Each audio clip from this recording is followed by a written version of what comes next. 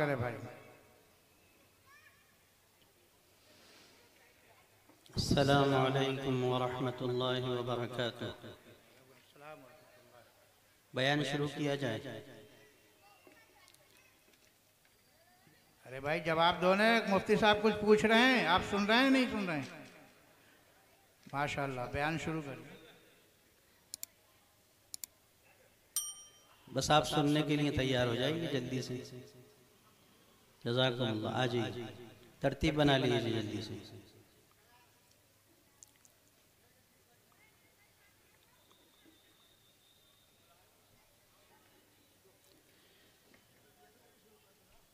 अल्हम्दुलिल्लाहि व कफ़ा व सलामुन अला इबादिहि अल्लज़ीना इस्तफ़ा, अम्मा बअद।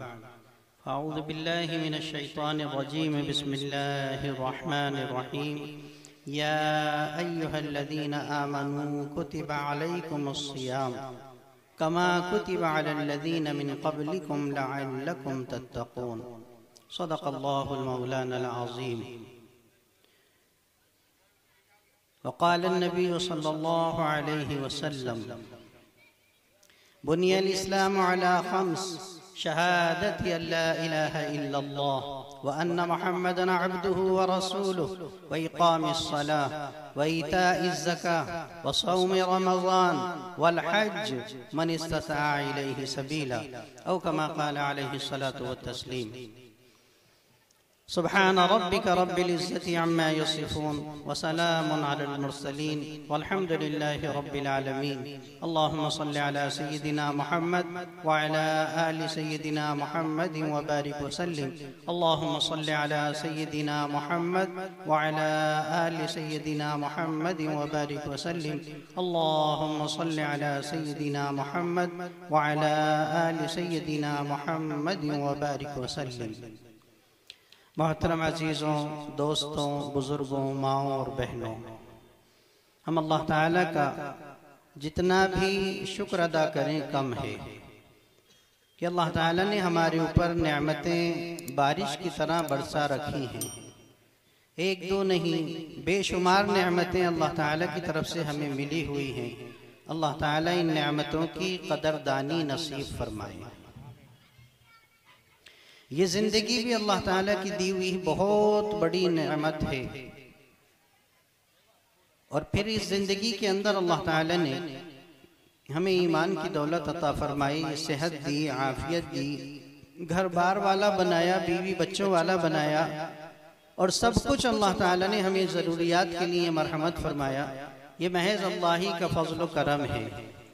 ये तो दुनिया है, वक्ती है, कितने दिन के लिए है नहीं मालूम, आज है कल नहीं। एक दिन तो हमें इस दुनिया को छोड़कर जाना है, और असल हमारा ठिकाना आखिरत है। दुनिया में अल्लाह ताला ने उसी आखिरत की तैयारी के लिए हमें भेजा है। और ये जिंदगी जो हमें और आपको दी है बहुत मुख्तसर है, और इतनी तेजी से गुजर रही है कि जिसका अंदाजा भी नहीं हो रहा। सुबह होती है, शाम होती है, जिंदगी यूं ही तमाम होती है। पिछली जिंदगी पे नजर डालें, कोई 30 साल का है, कोई 40, कोई 50, कोई 60 साल का, लेकिन शुमार करें तो महसूस होता है कि मैं 60 साल का हो गया। और जब दूसरे को देखता है आदमी तो ऐसा लगता है यार ये तो बूढ़े हो गए और मैं तो अभी जवान हूं। अपने आप में आदमी इसी धोखे में पड़ा हुआ है, अभी कहाँ मेरा नंबर आना है, अभी तो एक लंबा जमाना मुझे जीना है। लेकिन मौत कब किसको आएगी ये अल्लाह ताला ने किसी को भी नहीं बताया। कब आ जाए, किस हाल में आ जाए, कहाँ आ जाए नहीं मालूम, और आना यकीनी है।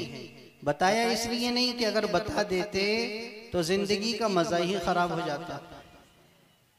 किसी को मालूम हो जाए कि बस मेरी जिंदगी 1 साल की है तो वो दिन गिनना शुरू कर देगा। फिर 365 से 64, 63 और 62, 61, 360 और फिर 300, फिर 200, फिर 100 और 50, और फिर उसके बाद तो पूछो ही मत, खाना पीना भी छोड़ देगा कि अब तो साहब बस 25 ही दिन बचे हैं, अब तो 5 ही दिन बचे हैं, और कल तो मैं जा ही रहा हूँ मियाँ, कहा सुना माफ कर देना। तो फिर जिंदगी का मजा ही खत्म हो जाता। हाँ ऐसे ही होता। अनवर भाई दुकान भी नहीं खोलते 5 दिन पहले से कि यार अब भाईजान अब तुम ही देख लो यार, अब तो मेरे पास टाइम नहीं है। तो जिंदगी भी गुजरती रहे, सब काम भी होते रहे, इसलिए अल्लाह ताला ने वक्त बताया नहीं है, लेकिन ये कह दिया कि मरना ज़रूर है और हर एक को मरना है, बचेगा कोई नहीं। हर चीज़ अल्लाह ताला ने दुनिया के अंदर फ़ानी बनाई है, ख़त्म होने वाली है और एक दिन ख़त्म होकर रहेगी। अब इस ज़िंदगी के अंदर अल्लाह ताला ने हमें जो भेजा है तो करना क्या है? अल्लाह ताला के हम बंदे हैं तो अल्लाह की इताअत करना है, फरमाबरदारी करना है। अल्लाह ताला ने जिन कामों को करने का कहा है उन्हें करना है और जिनसे मना किया है उनसे बचना है। बस इसी का नाम इताअत और बंदगी है। अब करने वाले काम अल्लाह ताला ने उसके अंदर फ़राइज़ रखे हैं, वाजिबात रखे हैं, मुस्तहब्बात रखे हैं, सुनन रखी हैं, और ना करने वाले काम वो बहुत सारे हैं कि मना कर दिया तुम्हें ये काम नहीं करना है। अच्छे सारे काम करना है, बुरा कोई काम नहीं करना। तुम्हें चोरी नहीं करना, जिना नहीं करना, किसी को सताना नहीं है, परेशान नहीं करना, किसी का हक नहीं मारना है, ये वो काम है जो तुम्हें नहीं करना है। तो दो किस्म के अहकामात अल्लाह ताला ने हमें इस जिंदगी के अंदर मरहमत फरमाए हैं। जिन कामों को करने का हुक्म दिया है उनको अवामिर कहते हैं और जिन चीज़ों से मना किया है उनको नवाही कहते हैं, मनहियात कहते हैं, जिनसे रोका गया है। अल्लाह ताला ने हमें नमाज अता फरमाई और नमाज के अंदर हम अल्लाह ताला से एक दुआ मांगते हैं। क्या मांगते हैं? क्या मांगते हैं नमाज में? एक दुआ मांगते हैं, हर रकात में मांगते हैं। वो दुआ कौन सी है? वो दुआ है इहदिनस सिरातल मुस्तकीम, क्योंकि सूरह फातिहा तो हर रकात में पढ़ना है। नमाज की हर रकात में सूरह फातिहा पढ़ी जाती है। तो इस सूरत के अंदर हम अल्लाह ताला से ये दुआ करते हैं, ऐ अल्लाह हमें सीधे रास्ते पर चला। कौन से रास्ते पर चला? क्यों साहब, यूसुफ भाई, कौन से रास्ते पे चला? सीधे रास्ते पे चला। ऐसा सीधा रास्ता जो जदे वाले कब्रिस्तान तक पहुंचा दे। अरे सही सलामत पहुंचा दे, खैरियत के साथ, कि जहां पर अल्लाह ताला ने अगर सीधे रास्ते पे चले तो जन्नत का बाग तैयार कर रखा है ना। कब्र या तो जन्नत का बाग है या जहन्नम का एक गढ़ा है, यही बताया ना।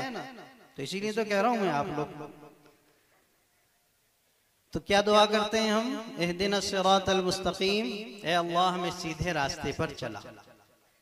ये दुआ मांगी हमने सूरह फातिहा के अंदर। अल्लाह ताला ने कुरान करीम नाजिल फरमाया। सूरह बकरा के अंदर इब्तिदा में फरमाया, अलिफ लाम मीम ज़ालिकल किताबु ला रैब फीह हुदल लिल मुत्तकीन। तुम कह रहे हो तुम्हें सीधे रास्ते पे चलना है, ये किताब हमने नाजिल कर दी, इस किताब को पढ़ो, समझो और इसके मुताबिक जिंदगी गुजारने वाले बन जाओ। ये है पूरा सीधा रास्ता जो हमने कुरान में नाजिल कर दिया। अब ये कुरान कब नाजिल हुआ? तो अल्लाह ताला फरमाते हैं, शहर रमज़ान अल्लज़ी उन्ज़िल फ़ीहिल कुरान।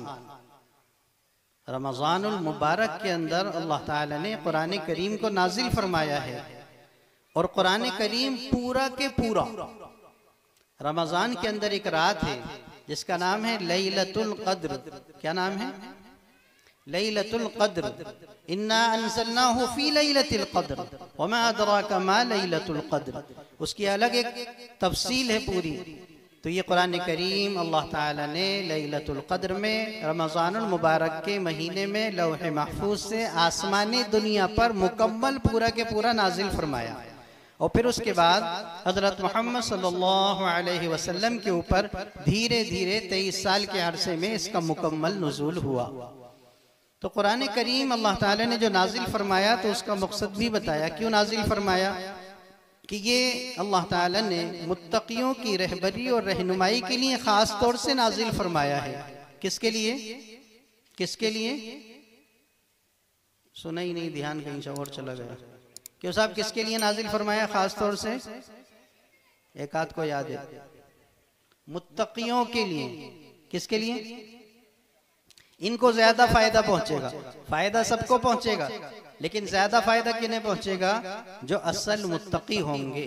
मुत्तकियों की सिफात बयान फरमाई आगे, हुदल लिल मुत्तकीन। कौन है वो मुत्तकी? अल्लज़ीना युमिनून बिल गैब, जो गैब पर ईमान रखते हैं।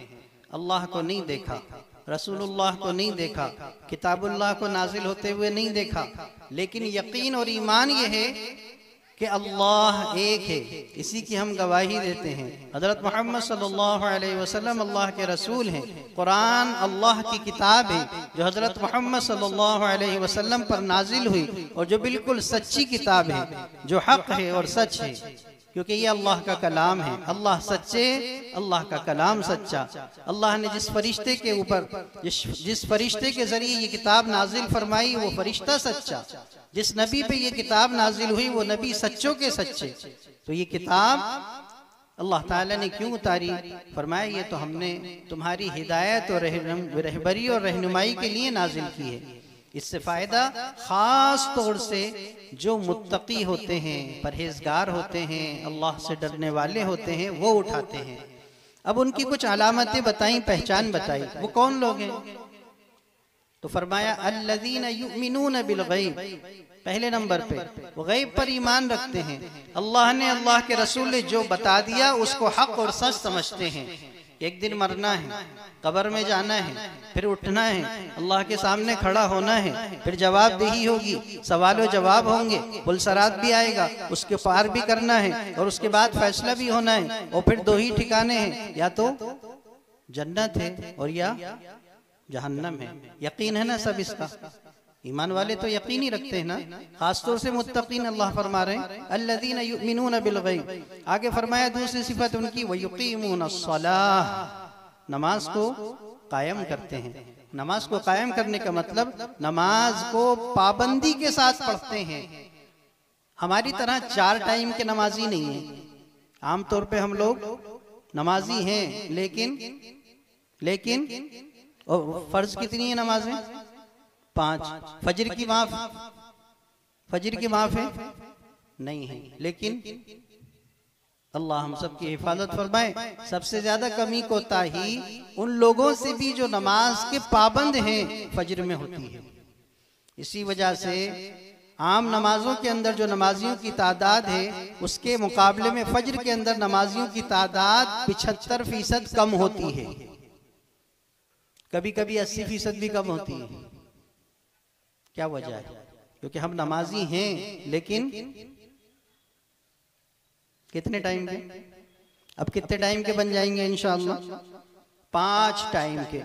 और जो अल्लाह से मोहब्बत करने वाले हैं वो तो 8 नमाजें पढ़ते हैं।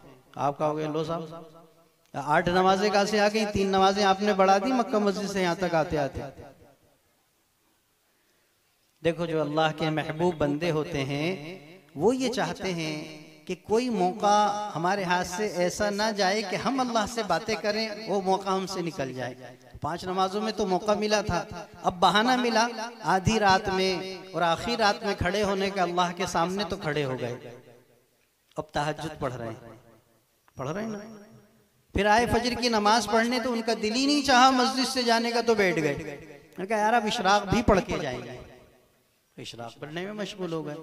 फिर मजीद घर गए, कुछ कारोबार में लगे, कुछ आराम किया, फिर ख्याल आया नहीं यार अब चाश्ती भी पढ़ ही लो।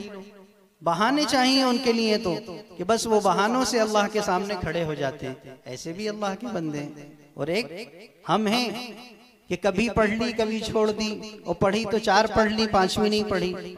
तो खैर अब इंशाअल्लाह पक्की नियत ये बयान जो हम यहाँ पर बैठे हैं सुनने के लिए, और ये जो इंतज़ाम और एहतिमाम किया गया है, इसका मकसद सिर्फ यही है, कहना सुनना सिर्फ याद दहानी है। फरमाया वज़क्किर फ़इन्न ज़िक्रा तनफ़उल मुमिनीन, कहने सुनने से ईमान वाले को नफ़ा होता है, और कहना सुनना फायदेमंद साबित होता है। यकीनन फायदा होगा। अल्लाह ने फरमाया है, अपने कलाम में फरमाया है कि कहना सुनना ईमान वाले को नफा देता है, तो नफा होगा इंशाअल्लाह जब हम दिल के कानों से सुनेंगे। साहब दिल के कान कहाँ होते हैं? इंसान के कान तो होते हैं, दिल के कान कहाँ होते हैं? ऐसे सुनेंगे कि उसे दिल में उतारेंगे तो दिल में उतर जाएगी, तो समझ लो दिल के कानों से सुन लिया हमने। अब इंशाअल्लाह सुनने के बाद में ये नियत है कि अमल भी करेंगे ना इंशाअल्लाह। तो कौन सी सिफत बयान फरमाई? दूसरी वयुकीमूनस्सलाह, जो नमाजों को कायम करते हैं, नमाजों को पाबंदी से पढ़ते हैं, नमाज में कमी कोताही नहीं करते। और आगे फरमाया वमिम्मा रज़क़नाहुम युनफ़िक़ून, जो हमने उनको मालो दौलत दिया है वो हमारी मर्जी के मुताबिक खर्च करते हैं। मुत्तकी परहेजगार, अल्लाह के दोस्त, अल्लाह के वली, अल्लाह से डरने वाले बखील नहीं होते, कंजूस नहीं होते, अल्लाह के रास्ते में खर्च करने में आगे पीछे नहीं होते। फिर उसके साथ साथ अल्लाह ताला ने जितनी किताबें नाजिल फरमाई सब पे ईमान और यकीन रखते हैं। ये चंद सिफात बयान फरमाने के बाद अल्लाह फरमाते हैं उलाइका अला हुदम मिर रब्बिहिम व उलाइका हुमुल मुफ्लिहून, यही हैं वो लोग जो हिदायत पर हैं, सीधे रास्ते पर हैं, कामयाबी वाले रास्ते पर चल रहे हैं और उम्मीद यह है कि इंशाअल्लाह ये मंजिल मकसूद तक पहुंच जाएंगे। वो उलाइका हुमुल मुफ्लिहून, और यही लोग हैं जो कामयाब होंगे। वो कामयाब कौन? असल कामयाब वो जो दुनिया में भी कामयाब हो और आखिरत में भी कामयाब हो जाए। असल कामयाबी वो है, और फलाह उसी कामयाबी को कहते हैं। और इसी कामयाबी के लिए अजान में बुलाया जाता है। क्या कहा जाता है? मौज़िन साहब क्या कहते हैं? कहा हाफिज तबीब साहब बुलाते हैं ना, हाफिज तबीब साहब क्या कहते हैं? ये हमारे मौज़िन साहब बैठे हुए हैं माशाअल्लाह। हय्या अलस सलाह हय्या अलल फलाह, आओ नमाज की तरफ, आओ कामयाबी की तरफ। ये जो फलाह है, फलाह क्योंकि हम तो दुकान में हैं, कारोबार में हैं, अपने मशगले में लगे हुए हैं और मेहनत इतनी कर रहे हैं कि हम यूँ समझ रहे हैं कि हम यहाँ कामयाबी हासिल कर रहे हैं। अल्लाह फरमा रहे नहीं, असल कामयाबी इसमें नहीं है। असल कामयाबी तो नमाज की तरफ आने में है, नमाज पढ़ने में है। इससे तुम्हारी असल कामयाबी हासिल होगी। आ जाओ अब इधर। वह ऐसी कामयाबी कि जो तुम्हारे साथ दुनिया में भी है, कब्र में भी है, हशर में भी है, मरने के बाद भी है और तुम्हें जन्नत तक ले जाएगी। ये वो कामयाबी है। इस कामयाबी की तरफ आ जाओ। तो फलाह किसे कहते हैं? ऐसी कामयाबी कि जिसके बाद नाकामी ना हो और आदमी नाकाम ना हो। तो फरमाया उलाइका अला हुदम मिर रब्बिहिम व उलाइका हुमुल मुफ्लिहून, यही लोग कामयाब हैं। और कामयाब हर एक होना चाहता है, नाकाम तो छोटा बच्चा भी नहीं चाहता। जो अभी नर्सरी में गया है क्रिसेंट के अंदर, उससे कहो बेटा पास होना चाहते हो या फेल होना चाहते हो, तो क्या कहेगा वो? पास। क्योंकि आजकल तो स्कूलों में वैसे ही नर्सरी है, केजी फर्स्ट है, केजी सेकंड है, इसमें तो पास होना ही है बच्चे को, फेल होने का सवाल ही नहीं उठता। लेकिन वो भी नहीं चाहता कि मैं फेल हो जाऊं, यानी नाकाम हो जाऊं।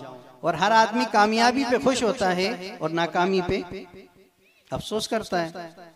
तो असल कामयाबी और नाकामी कौन सी है? आखिरत की कामयाबी और नाकामी है, जिसका मदार इस दुनिया की जिंदगी पर है।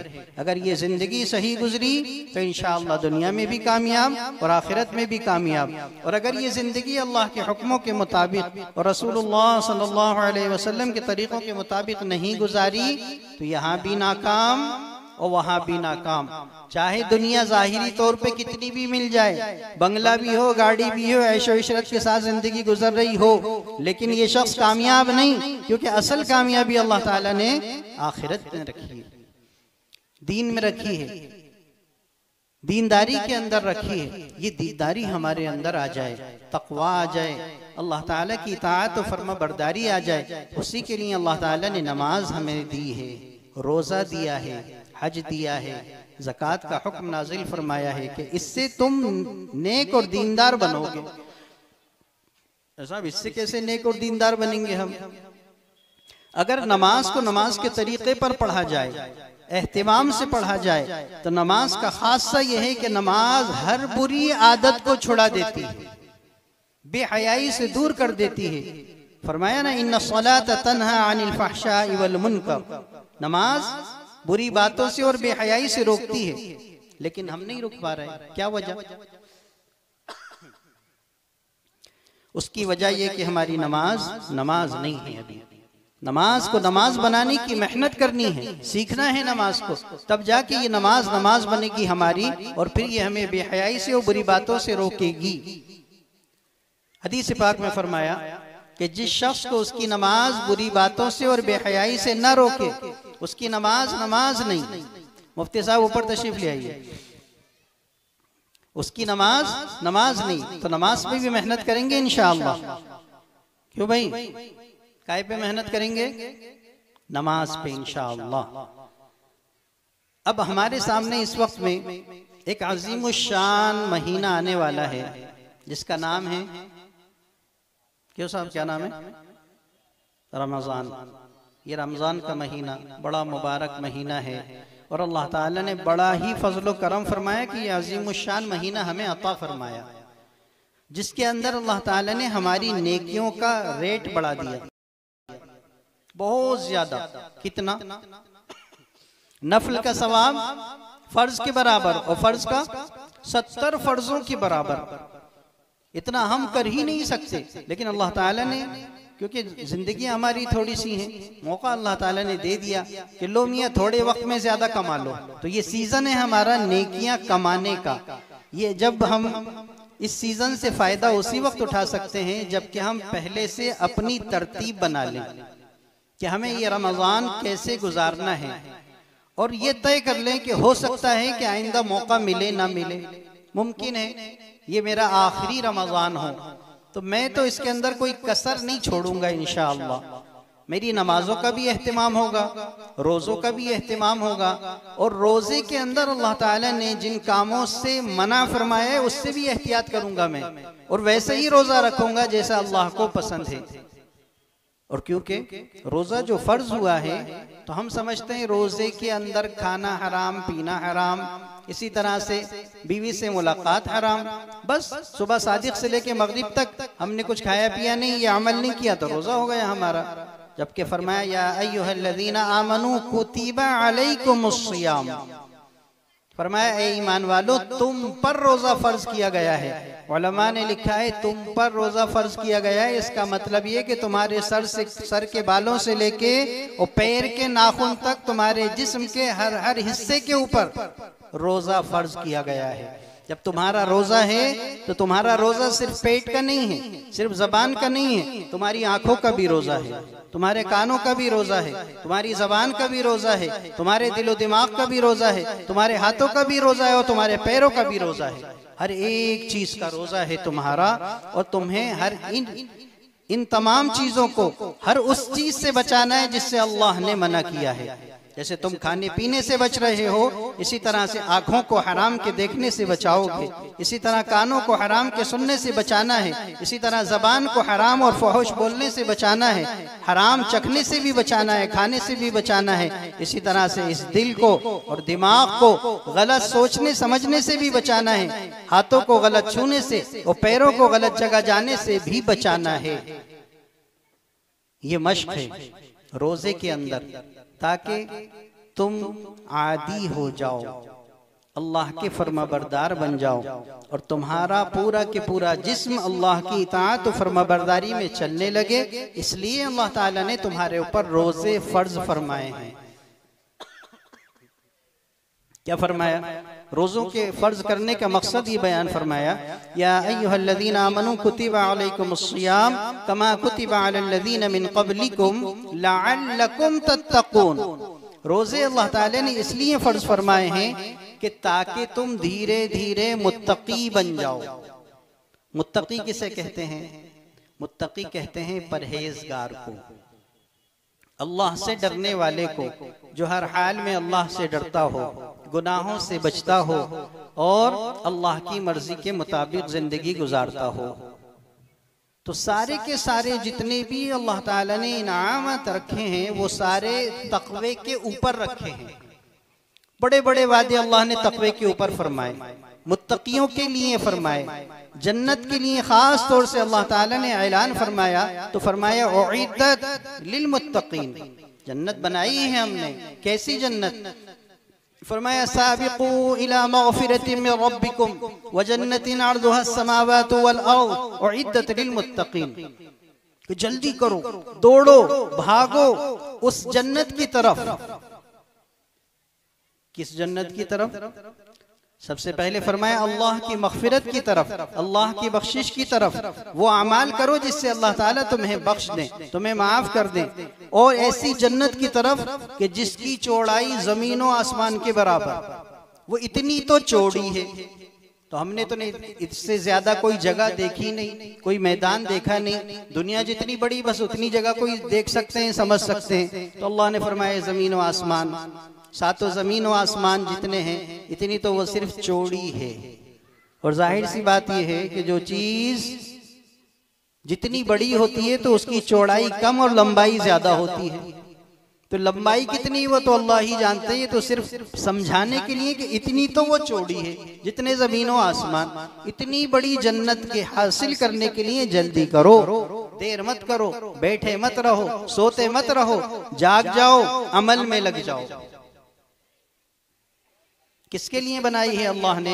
अल्लाह फरमाते हैं उइद्दत लिल मुत्तकीन, ये जन्नत हमने उनके लिए बनाई है जो मुत्तकी हैं, परहेजगार हैं, अल्लाह से डरने वाले हैं, अल्लाह की फरमाबरदारी करने वाले हैं। और जहाँ जहाँ अल्लाह ताला ने तक़वे का हुक्म दिया है तो वहाँ पर बार बार ईमान वालों को मुतवज्जे फरमाया, या अय्युहल्लज़ीना आमनु तक़ुल्लाह हक़्क़ तुक़ातिह, ईमान वालों अल्लाह से ऐसे डरो जैसे अल्लाह से डरने का हक है। वो तुम्हारा रब है, तुम्हारा मुहसिन है, तुम्हारा मुरब्बी है। कितने करम और रहम उसने तुम पर किए हैं, कैसी कैसी नेमतों से नवाजा है, फिर तुम उसकी नाफरमानी करते हो। नहीं करना चाहिए, इसलिए तुम उससे ऐसे डरो जैसा उससे डरने का हक है। तो रोजे के अंदर खास तौर पर अल्लाह ताला तक़वे की नेमत मरहमत फरमाते हैं। और आदमी जो है अगर सही माना में रोजा रखे तो इस रोजे की बरकत से वो मुत्तकी बनता चला जाता है और उसके अंदर तक़वा आ जाता है। आम दिनों के अंदर वो बात पैदा नहीं होती जो रमजान के अंदर बहुत आसानी से और कम वक्त में पैदा हो जाती है। और ये भी अल्लाह का बड़ा करम और एहसान और इनाम है कि अल्लाह ताला ने, चूंकि हमें पता है कि हम जो है बहाने ढूंढते हैं, बहाने तलाश करते हैं। कोई हमसे कहे कि मियाँ नाफरमानी मत करो, गुनाह मत करो, तो हम क्या कहते हैं? अरे साहब वो हम चाहते तो हम भी नहीं है, लेकिन साहब वो कमबख्त शैतान जो है ना वो बहका देता है। तो अल्लाह ताला ने कहा अच्छा ठीक है, हम उसका भी इंतजाम कर देते हैं। इस माह मुबारक के अंदर जैसे ही चांद दिखेगा तो हम जितने भी सरकश शयातीन है सबको कैद करवा के समंदर में फेंकवा देंगे। अब नहीं आएंगे शैतान तुम्हारे पास, अब नहीं बहकाएंगे तुम्हें। अब तो कर लोगे ना कि जी अल्लाह मियाँ कर तो लेंगे, लेकिन वो जो हमारा नफ्स है ना वो नहीं करने देता। तो अल्लाह ताला ने फरमाया अच्छा ठीक है, उसका भी इलाज है हमारे पास। अब तुम नफ्स को भूखा रखो, जब ये भूखा रहेगा तो इसकी शहवानियत खत्म होगी और इसके अंदर इताअत और फरमाबरदारी पैदा होगी, इसलिए तुम रोजा रखो।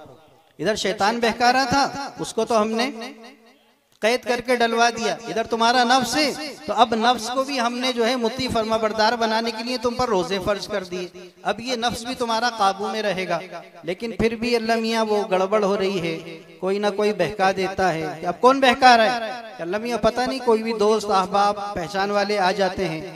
तो उलमा ने लिखा है कि रमजान के अंदर रोजेदार जो हैं तो एक तो वो नेक लोग हैं, मुत्तकी परहेजगार हैं कि जिनसे बिल्कुल भी गुनाह नहीं होते। तो ये जो हदीस में आता है कि शयातीन कैद कर लिए जाते हैं, तो ऐसे लोगों के हक में तो सारे तरह के शयातीन कैद कर लिए जाते हैं, इनको कोई नहीं बहकाने आता। लेकिन बाज लोग होते हैं कि उनके हक में बड़े बड़े कैद होते हैं, छोटे छोटे बाकी रह जाते हैं। वो जो उनके दोस्त अहबाब हैं वो उनको बहकाते रहते हैं। और एक मतलब हज़रत शेख रहमतुल्लाह अलैह ने ये भी लिखा है कि चूंकि 11 महीने की दोस्ती है, इसलिए 1 महीना वो दूर भी रहते हैं तो उनके दूर रहने के बावजूद भी उनके असरात बाकी रहते हैं, जिसकी वजह से ऐसे लोग कि जिनकी दोस्ती शयातीन से ज्यादा है वो गुनाह ज्यादा करते हैं, रमजान में भी करते हैं। तो हमारे लिए तो अल्लाह ने आसानियां पैदा कर दी।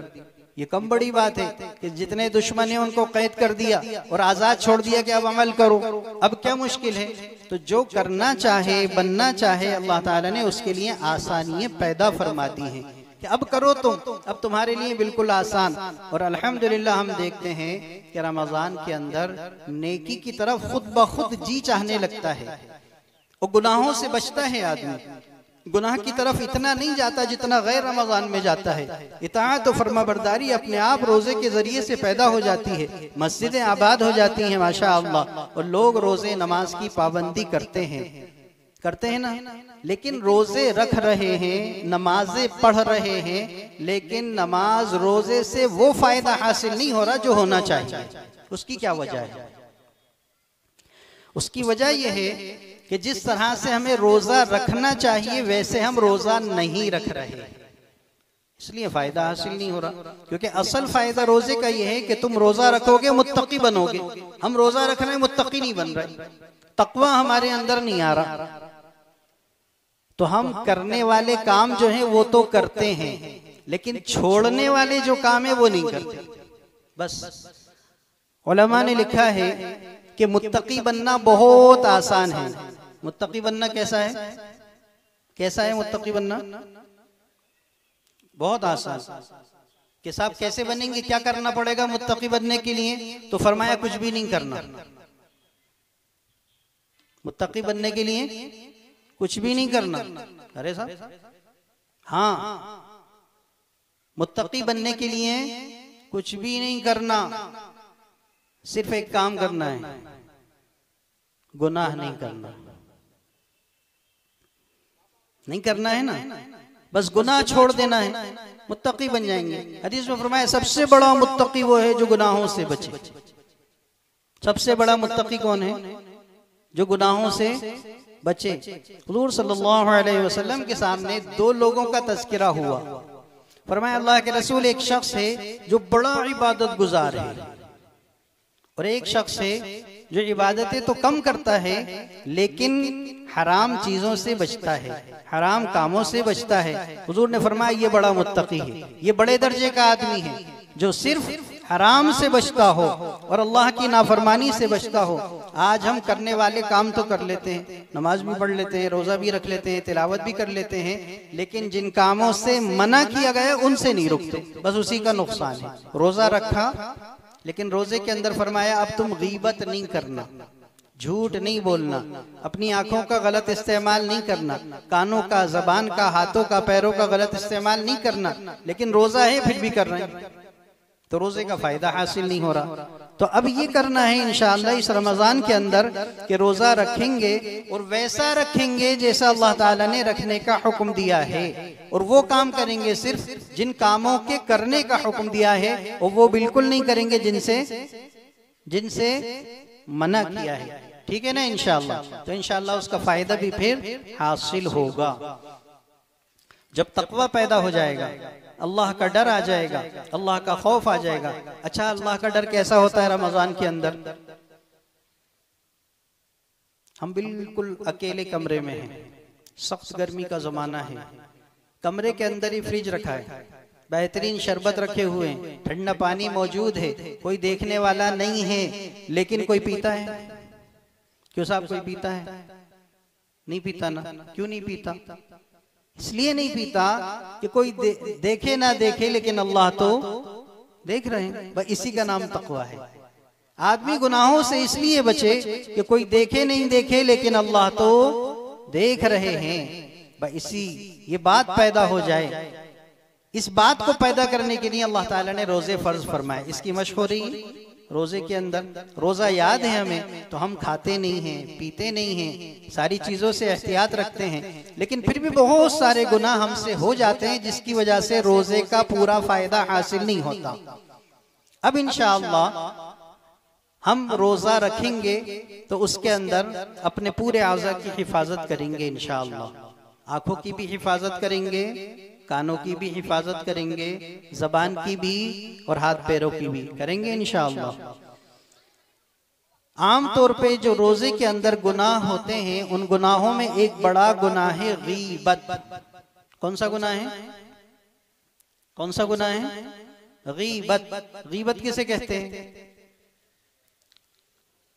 जो शख्स मौजूद ना हो उसका तज़किरा करना, इसका नाम है गीबत।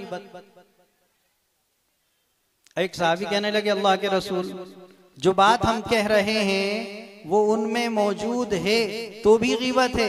हुजूर सल्लल्लाहु अलैहि वसल्लम ने फरमाया कि हाँ, जब ही तो गीबत है। और अगर जो बात तुम कह रहे हो वो उसमें मौजूद नहीं तो ये तो बहतान है। जहां 2 लोग मिले, 3 लोग मिले, आपस में बैठे तो बस किसी न किसी का तज़किरा निकल जाता है और वहां पर गीबत शुरू हो जाती है। बाज़ उलमा के नजदीक गीबत करने से रोजा खत्म हो जाता है। हमारे घर की माएं बहनें एक दूसरे का तज़किरा निकाल कर बैठ जाती हैं और फिर उसके बाद जो बात शुरू होती है तो पता नहीं कहां से कहां पहुंचती है और रोजा कहां गया ये भी नहीं पता चलता। हुजूर के ज़माने में भी, क्योंकि तो मशगला है, हुजूर सल्लल्लाहु अलैहि वसल्लम के ज़माने में भी 2 औरतों ने रोज़ा रखा, लेकिन आखिर जब रोज़े का वक्त ख़त्म होने वाला था उनकी हालत ख़राब हो गई, मरने के करीब हो गई। हुजूर सल्लल्लाहु अलैहि वसल्लम को इत्तला दी गई, अल्लाह के रसूल ऐसा ऐसा मामला हुआ। हुजूर सल्लल्लाहु अलैहि वसल्लम ने उनके पास 2 प्याले भेजे कि इसमें क़य करो। उन्होंने कहा हमारा तो रोज़ा था, हमने तो कुछ खाया पिया नहीं, क़य कहाँ से करें? हुजूर ने फरमाया करो। जब क़य करी तो उसके अंदर ताज़ा इंसान का खाया हुआ गोश्त और खून निकला। हुजूर ने फरमाया इन्होंने हलाल अल्लाह के रिस्क से तो रोज़ा रखा था, लेकिन ये दिन भर हराम खाती रही। क्या करती रही? लोगों की ग़ीबतें करती रही, बुराइयां करती रही, इधर उधर के फालतू तस्किरे करती रही। तो उससे एक नुकसान तो ये हुआ कि रोजा बर्बाद हो गया, और दूसरा बड़ा नुकसान ये हुआ कि रोजा बहुत भारी लगा कि मरने के करीब हो गई।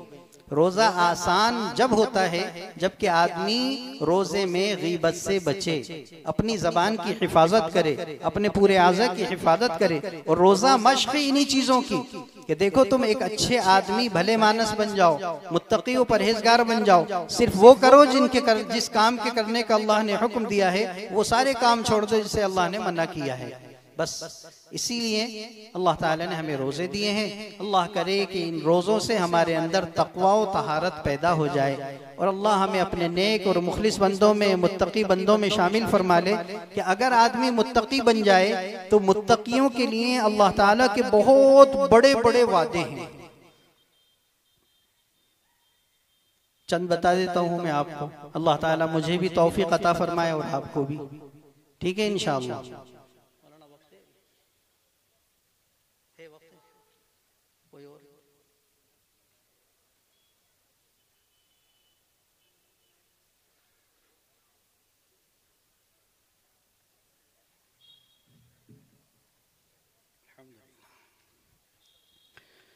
अल्लाह ताला फरमाते हैं वमन यत्तक़िल्लाह यजअल लहू मखरजा, जो अल्लाह से डरेगा अल्लाह ताला उसके लिए हर तंगी में रास्ता निकाल देंगे।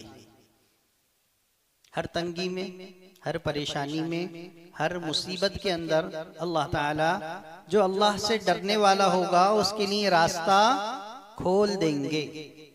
हर आदमी परेशान है, टेंशनों में है, परेशानियों में है, लेकिन अल्लाह से जो डरने वाला होगा हालात उस पे भी आएंगे, लेकिन अल्लाह ताला जल्दी ही वो जो मुसीबतों के बादल होंगे उनको हटा देंगे, वो छट जाएंगे, मुसीबत ज्यादा दिन नहीं रहेगी। ये अल्लाह का वादा है। किसके लिए है?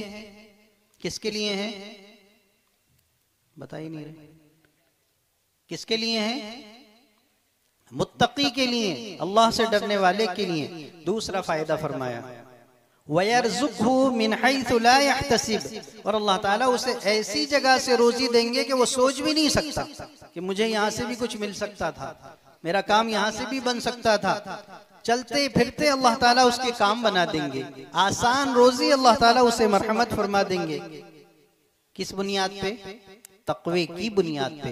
जब मुत्तकी बनेंगे तो अल्लाह ताला हर मुसीबत परेशानी से निकाल लेंगे और अल्लाह ताला रोजी बिल्कुल आसान कर देंगे। ये काय का फायदा है? ये साहब काय का फायदा है? ये काय का फायदा है? अरे भाई बोले ने तक़वा का फायदा, ये तक़वा का। ये पूछने का मकसद ये है कि सबक याद हो जाए मुझे और आपको। नहीं याद ही नहीं कर रहे, लेकिन आप लोग आप कह रहे हैं साहब आपने कहा था कि बस जबान का और आंखों का, कानों का सही इस्तेमाल करना, तो कानों का सही इस्तेमाल कर रहे हैं, सिर्फ सुन रहे हैं हम। जबान का भी करिए, थोड़ा सा करेंगे। काय का फायदा है जी? तक़वे का। यानी तकवा क्या चीज है ये हमारी समझ में आ जाए कि इसके इतने बड़े बड़े फायदे हैं, तो ये तो जरूर हासिल करने की चीज है कि जिसके ऊपर अल्लाह ताला दुनिया में भी कामयाब कर रहे हैं, आखिरत में भी कामयाब कर रहे हैं। ये कामयाबी मुझे और आपको हर एक को मिल जाए, और अल्लाह चाहते हैं कि मेरा हर बंदा कामयाब हो जाए, चाहते हैं ना अल्लाह ताला। इसीलिए तो दीन सबके लिए रखा है और आसान बनाया है कि कोई भी उसमें चल सकता है। हत्ता के मिसाल देते हैं ना कि जो साइकिल नहीं चला सकता, जिसके हाथ नहीं, पैर नहीं, आंखें नहीं, देख नहीं सकता, लेकिन वो भी दीन पे चल सकता है। दीन इतना आसान है, मुश्किल नहीं है ना। तो इंशाअल्लाह कोशिश करेंगे कि मुत्तकी बनेंगे। क्या बनेंगे? मुत्तकी बनेंगे इंशाअल्लाह। ये फायदे हैं मुत्तकी बनने के। दूसरे फरमाया वमन यत्तकिल्लाह युकफ्फिर अन्हु सय्यिआतिही, जो ये तय कर ले कि अब मैं अल्लाह की मर्जी के मुताबिक जिंदगी गुजारूंगा, अल्लाह ताला उसके सारे पिछले गुनाह माफ फरमा देते हैं। कितनी बड़ी दौलत कि हमने कौन सा गुनाह है जो नहीं किया हो, और जो नहीं किया है तो हजरत फरमाते हैं कि मौका नहीं मिला इसलिए नहीं किया, मिल जाता तो वो भी कर लेते। मसला ये है कि अल्लाह के डर और खौफ की वजह से नहीं छोड़ा, बल्कि मौका नहीं मिला, मिल जाता तो वो भी कर लेते। अल्लाह हिफाजत फरमाए हमारी। वो तो अल्लाह ताला ने सत्तारी का मामला फरमा रखा है, ऐबों पे पर्दा डाल रखा है। मालूम नहीं कि हम कितने बड़े पापी हैं। ये सिर्फ अल्लाह की करीमी और रहीमी है, अल्लाह की सत्तारी है जो अल्लाह ताला ने हमारे हर ऐब पे पर्दा डाल रखा है। वरना तो बस पूछो मत, अगर ये ऐब जाहिर हो जाए, कोई मुंह नहीं लगाए, कोई लिफ्ट नहीं दे, कोई पास में नहीं बिठाए हमें, तो तकवा इख्तियार करेंगे, अल्लाह से डरेंगे, हर हाल में डरेंगे, अल्लाह की नाफरमानी नहीं करेंगे, तो अल्लाह ताला पिछले गुनाहों को भी माफ फरमा देंगे। अल्लाह का वादा है। अल्लाह आगे फरमाते हैं इन तत्तकुल्लाह यजअल लकुम फुरकाना, अगर मुत्तकी बन जाओगे तो अल्लाह ताला तुम्हें इतनी सलाहियत दे देंगे कि तुम अच्छे बुरे में तमीज करने लगोगे, फर्क पैदा करने लगोगे, सही क्या है और गलत क्या है ये तुम्हारी समझ में आने लगेगा उस वक्त में जबकि तुम मुत्तकी बनोगे, परहेजगार बनोगे, अल्लाह से डरने वाले बनोगे, तो अल्लाह ताला तुम्हारे अंदर ये चीज भी पैदा कर देंगे। कितने बड़े बड़े फायदे। एक जगह अल्लाह ताला फरमाते हैं या अय्युहल्लज़ीना आमनुत्तकुल्लाह, ऐ ईमान वालों अल्लाह से डरो, वलतंजुर नफ्सुम मा क़द्दमत लिगद वत्तकुल्लाह। फिर फरमाया वत्तकुल्लाह। एक एक आयत में दो दो मर्तबा, तीन तीन मर्तबा क्यों फरमाते हैं अल्लाह ताला बार बार के अल्लाह से डरो, अल्लाह से डरो, अल्लाह से डरो, अल्लाह से डरो। तो उलमा ने लिखा है कि इस आयत के अंदर अल्लाह ताला ने जो दो मर्तबा इत्तकुल्लाह फरमाया है, तो पहली मर्तबा में फरमाया कि ईमान वालों जिन कामों की करने का अल्लाह ने तुम्हें हुक्म दिया है उनमें कमी कोताही करने से अल्लाह से डरो। कमी कोताही मत करो, फराइज की पाबंदी करो, वाजिबात की पाबंदी करो, नवाफिल की पाबंदी करो, वो सारे काम करो जो अल्लाह ने करने के लिए दिए हैं तुम्हें। और आगे फरमाया कि देखो तुम क्या कर रहे हो, खुद ही सोच लो और समझ लो, अपनी जिंदगी पे खुद निगाह डाल लो कि कर क्या रहे हो। वलतंजुर नफ्सुम मा क़द्दमत लिगद, कि हर आदमी को ये गौर व फिक्र करना चाहिए कि कल की उसकी तैयारी क्या है। काय की तैयारी, कल की, कल क्या है? पीर की तैयारी क्या है, यही मतलब है। फिर क्या मतलब है? हाँ माशाअल्लाह, मरने के बाद ये जो कल है ना, ये क़यामत का दिन है। आज हमारा दिन और कल क़यामत का दिन, तो कल की क्या तैयारी कर रहे हो ये देख लो तुम। जैसी तैयारी होगी उसके मुताबिक तुम्हारे साथ मामला होगा। तो कल की तैयारी के लिए क्या कर रहे हो? सुबह उठे, उठकर नहाए धोए, नाश्ता वाश्ता किया और चले गए, दिन भर अपने कामों में रहे, शाम को आए, इधर उधर टाइम पास किया और आके सो गए। कितनी तैयारी हुई कल की। और यही रूटीन हमारा, फज्र में उठे, नमाज पढ़ी, अल्लाह ने तौफीक दी, थोड़ी देर मस्जिद में बैठे रहे, इशराक भी पढ़ ली, कुरान पाक की तिलावत भी कर ली, तस्बीहात भी पढ़ ली। उसके बाद घर आए, बीवी बच्चों के साथ कुछ वक्त गुजारा, और उसके बाद में नमाज को गए थे तो नमाज से पहले घर वालों को उठा के गए थे। आकर देखा तो माशाअल्लाह सब नमाज पढ़ चुके हैं, तिलावत से भी फारिग हैं, सब ने मिल के नाश्ता किया और सब अपने कामकाज में लग गए। काम करेंगे, करना है, हमें दुनिया में जीना है तो सब कुछ करना पड़ेगा। दुकान भी है, मकान भी है, कारोबार भी है, नौकरी भी है, सब है हमारे साथ में। अब वक्त आया ज़ोहर का, ज़ोहर पढ़ ली, असर का वक्त आया, असर पढ़ ली, मगरिब इशा सब पढ़ ली, माशाअल्लाह कामकाज भी कर ली। अब ये हमारी जिंदगी जो है तो इसके अंदर गुजर तो रही है, लेकिन आखिरत की भी तैयारी साथ साथ हो रही है। अलग से कुछ नहीं करना पड़ा, करना पड़ा कुछ स्पेशल।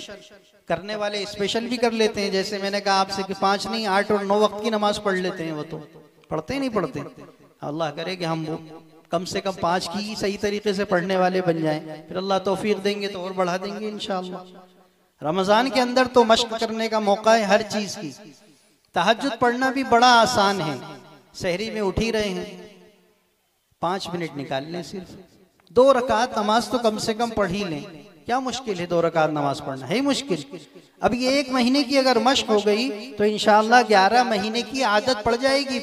फिर तय कर लेंगे कि इंशाअल्लाह अब तो हमें तहज्जुद गुजार बनना है, अल्लाह का मुखलिस और नेक बंदा बनना है। और अल्लाह ताला जब देने का ऐलान करते हैं तो हम सोते रहते हैं।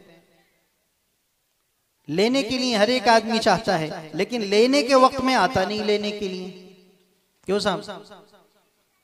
नीले परमिट पे राशन बंटता है, मामूली सा, बहुत ज्यादा नहीं। उसकी तारीख भी फिक्स है कि साहब फला से फला तारीख तक मिलेगा, दुकान इस वक्त से इस वक्त तक खुलेगी, फला फला को मिलेगा, इतना इतना मिलेगा। अब आदमी बेफिक्र होकर अपने घर पे बैठा रहे, जाए ही नहीं, मिलेगा। देने वाला तो बैठा है देने के लिए, लेने वाला ही नहीं जाए तो किसका क्या कसूर है? ये मामूली चीज, लेकिन फिर भी आदमी इसकी फिक्र कर लेता है। और जो फला फला तारीख है, वक्त है, उस पर पहुंच जाता है लेने के लिए तो उसे मिल जाता है। मामूली सी चीज है, लेकिन फिर भी आदमी कुछ कोशिश और मेहनत कर लेता है। जहां सब कुछ देने के लिए अल्लाह ताला ऐलान फरमाते हैं और आवाजें लगवाते हैं कि हे कोई लेने वाला, हे कोई मांगने वाला, हे कोई मुसीबत और परेशानी को दूर करने के लिए मुझसे दुआ करने वाला, कि मैं उसकी मुसीबत परेशानी दूर करूं, उसकी मगफिरत करूं, उसको रोजी अता करूं। लेकिन उस वक्त के अंदर हम बड़े गाफिल रहते हैं। तो ये रमजान का महीना मुबारक महीना है, जिसके अंदर एक और खास आखिरी जो अशरा है उसमें मुबारक रातें हैं, जिनमें अल्लाह ताला बहुत कुछ मरहमत फरमाते हैं। तो इस वक्त को बहुत कीमती समझें और इसकी एक एक घड़ी, एक एक मिनट, एक एक सेकंड बहुत कीमती है, उसको जाय ना करें, बर्बाद ना करें। अजीब बात यह है कि माशाअल्लाह लोग रोजे रखते हैं और रोजे रखने के साथ साथ फिर कुरान पाक की तिलावत नहीं, तस्बीह नहीं, जिक्र अज़कार नहीं, बल्कि रोजे के साथ रोजे की हालत में मोबाइल के अंदर वाही तबाही में मुब्तला है। माएँ बहनें हमारी माशाअल्लाह यूट्यूब के ऊपर प्याजा गोश्त कैसे बनेगा, शामी कबाब कैसे बनेंगे, और खड़ा मसाला और आड़ा मसाला और तिरछा मसाला कैसे डलेगा, कैसे बनेगा। और ये जिंदगी हो गई पकाते पकाते आपको, आपसे अच्छा कोई पका नहीं सकता माशाअल्लाह। जगह जगह दूर दूर आपकी तारीफ होती है कि क्या खाना पकाती हैं आप। अरे वो जो बता रहे हैं आप पकाओगी तो और बिगड़ जाएगा, वो क्यों अपना टाइम बर्बाद कर रही हो खामखा के अंदर। आप तो माशाल्लाह वैसे ही पहले से अच्छा पकाती हैं, लेकिन एक आदत सी बन गई है।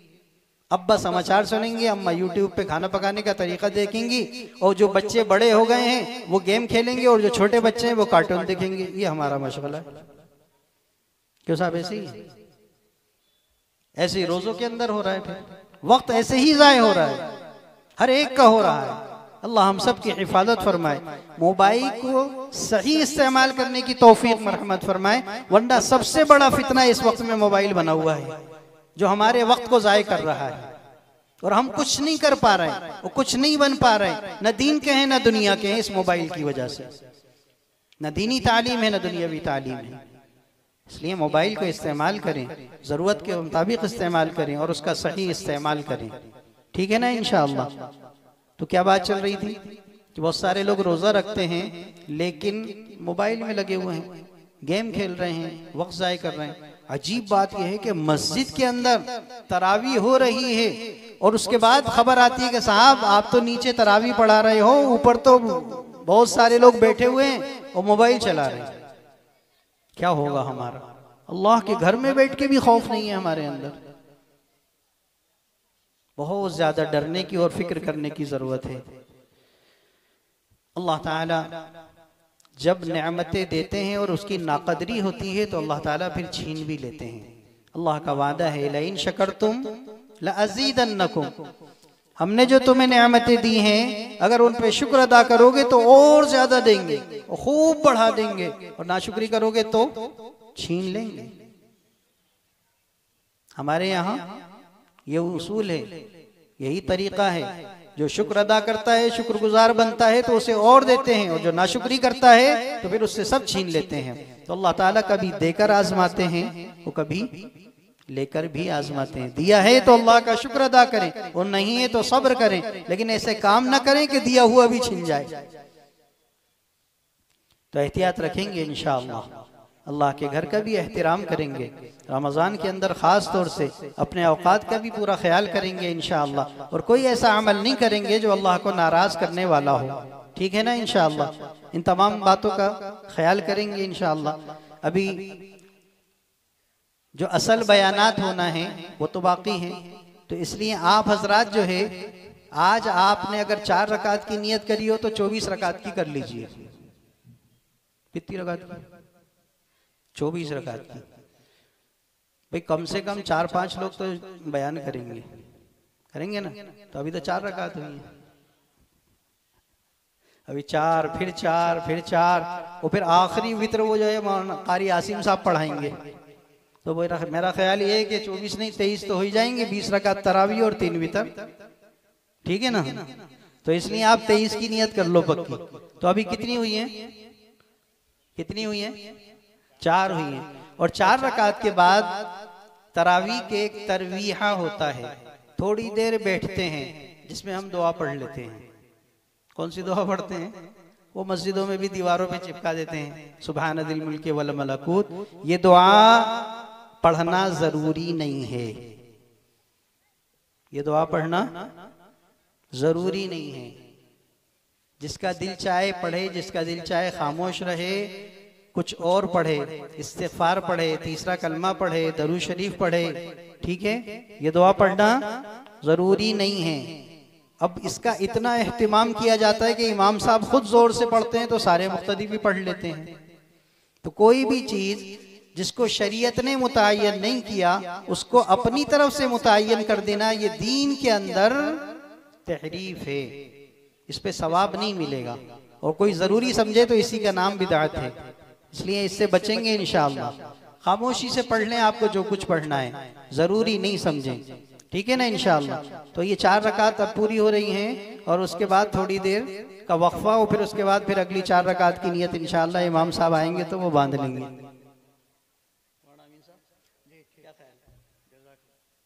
ठीक है इंशाअल्लाह। जो कुछ कहा सुना गया अल्लाह ताला हमें उस पर अमल करने की तौफीक मरहमत फरमाए। व आखिर